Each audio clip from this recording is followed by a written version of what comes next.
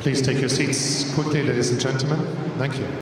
Hi guys, and welcome to oneminutetennis.com. In today's session, I want to talk to you about watching the ball.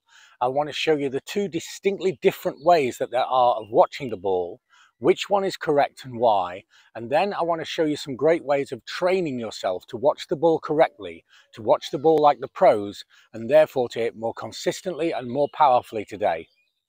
Now, when we're playing tennis, the natural thing to do is to simply watch the ball. But watching the ball means that I'm watching the ball coming in and I'm watching the ball going out. And that means that my head is in a constant state of motion and movement in the process of the actual stroke. And this is a disaster for timing, because when my head is moving, my eyes will not really focus. And so I cannot see contact and cannot see with any clarity. And also when my head is moving, I will lose balance. If you look at top golfers, they can hit the ball with their eyes closed, no problem. But if they make the swing with their head moving, then they'll miss it and the ball will go everywhere. So we have to have balance and we have to have focus. And to do that, the head has to become still through the stroke and through contact.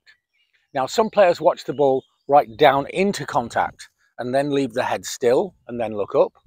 And other players, like Djokovic, they watch the ball till maybe 2 meters before contact and then leave the head there, and then the head is still. But the common denominator is that the head is stationary and still, whereas most people watching this video, the head will be far from still. It will be moving in and out, watching that ball all the way. I'm now going to demonstrate one or two strokes, and you'll see that on the first ones, my head will track the ball in and out, and on the second one, my head will track the ball in and then remain stationary throughout the stroke.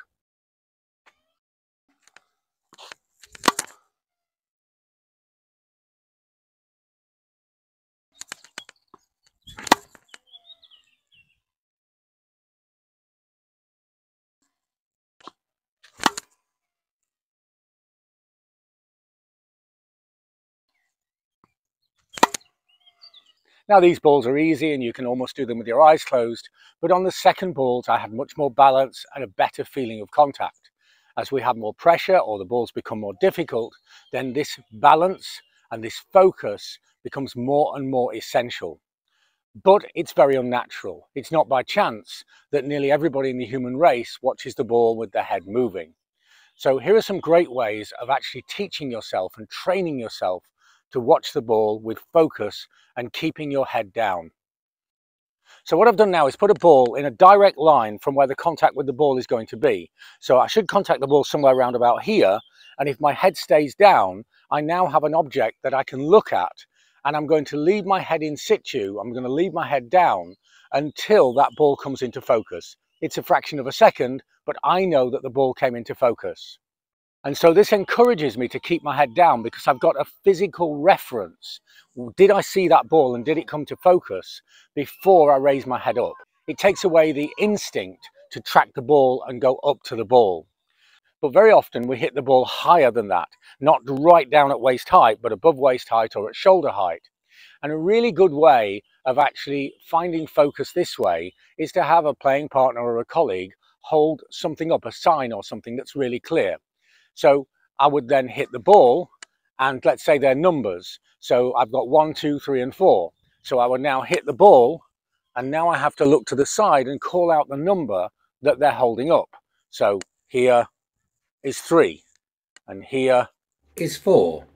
So again, I watch the ball coming in and then my head is stationary and static until I've finished the process of hitting the ball. So I have focus and I have balance.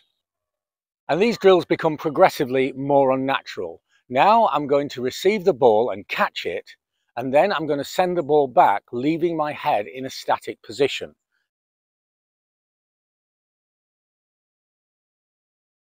If catching the ball on the racket is challenging, then we can just simply catch it by hand. It's almost more difficult to keep the head still when you throw it back by the hand. I've now got a glass wall in front of me and I'm going to play catch against the glass wall, but I'm going to stop the urge to track the ball in and out, and when I throw the ball I'm going to leave my head down and then pick the ball up again as it bounces away from the glass wall. So in and out. In, I see it. Out, I look down. In, I see it. Out, I look down. In, I see it, and out, I look down. Then the final progression is to do the same thing with the racket. Again, ensuring that you keep your head down through after sending the ball away.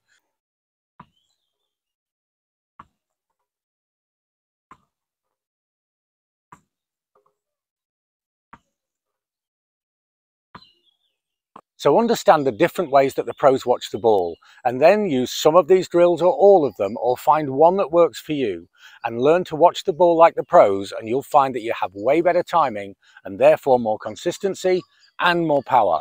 If you like my ideas, have a look at our books on Amazon.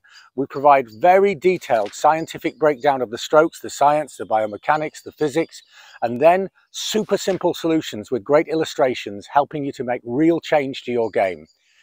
Or if you want more personalised help, have a look at what we're doing with online coaching. We're helping players in over 30 countries all over the world of all ages and all levels. Our youngest player is 9, our oldest is 82.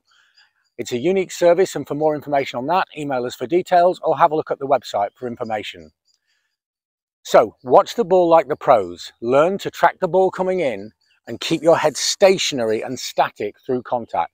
You will find calmness, you'll find concentration, you'll find focus, and you'll find better timing. Thanks for watching, and see you next time for more unique tennis lessons that really work.